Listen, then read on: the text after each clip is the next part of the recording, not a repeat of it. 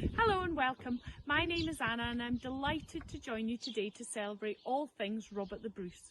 I run Scotland Shop and we're all about tartan.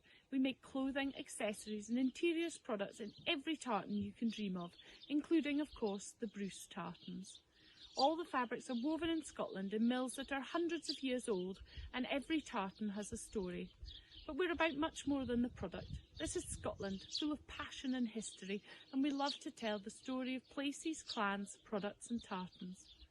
So let's forget the other 2,000 or so tartans and focus on Bruce today.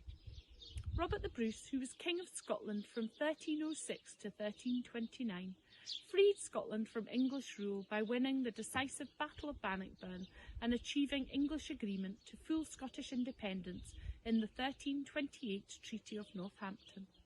The Anglo-Norman family of Bruce came to Scotland in the early 12th century and was related by marriage to the Scottish royal family, and hence the 6th Robert the Bruce, grandfather of the future king, claimed the throne when it was left vacant in 1290.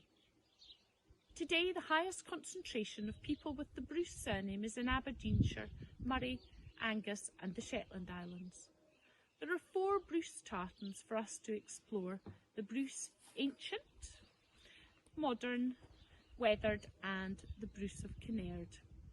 The Bruce of Kinnaird goes back to the link to the royals and is a variant of the Prince Charles Edward Stuart tartan. Kinnaird is a little village in the parish of Larbert in the community of Stirlingshire, and Kinnaird House is the home of the Bruces and was the residence of the great 18th century traveller James Bruce, who discovered the Blue Nile. You can still visit the house today if you're over in Scotland, and the Bruce of Kinnaird tartan comes from this line of the Bruce family. There are over 2,000 different tartans. To begin with, there's an awful lot of Scottish clans, and on top of this, each clan can have many different tartans and names associated with it. Names associated to the Bruce tartan and their sets include the Carlisle, Carruthers, Crosby, Randolph and Stenhouse.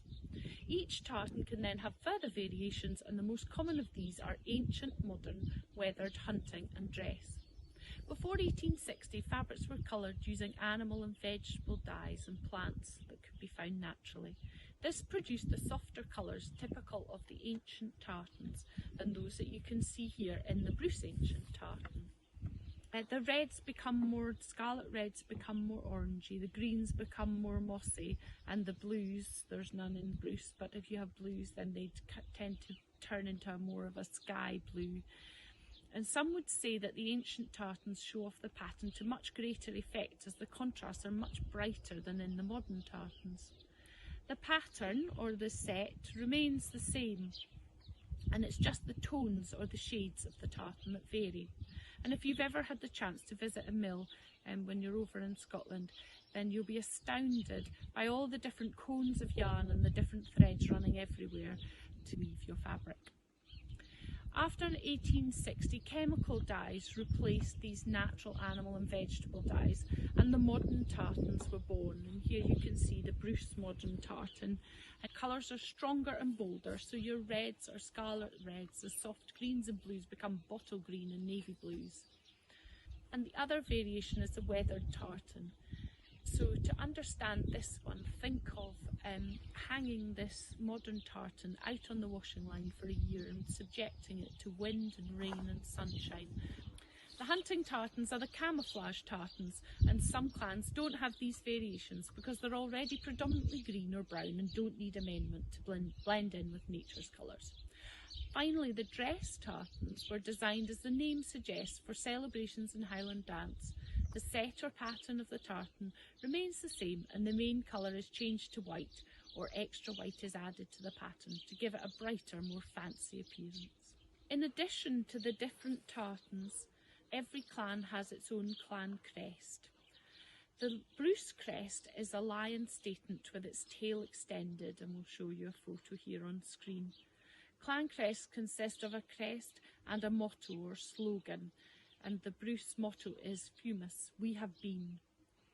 Crest badges can be worn by anyone, but those who are not entitled to the heraldic elements wear a crest badge surrounded by a strap and buckle, whereas those who do own the heraldic elements can wear it without this with a plain circle. The strap and buckle represents that the wearer is a follower of the individual who owns the crest and motto. So clan members who wear their chief's crest and motto surrounded by the strap and buckle show they're a member of the chief's clan or family. The current chief is Andrew Bruce, the 11th Earl of Elgin.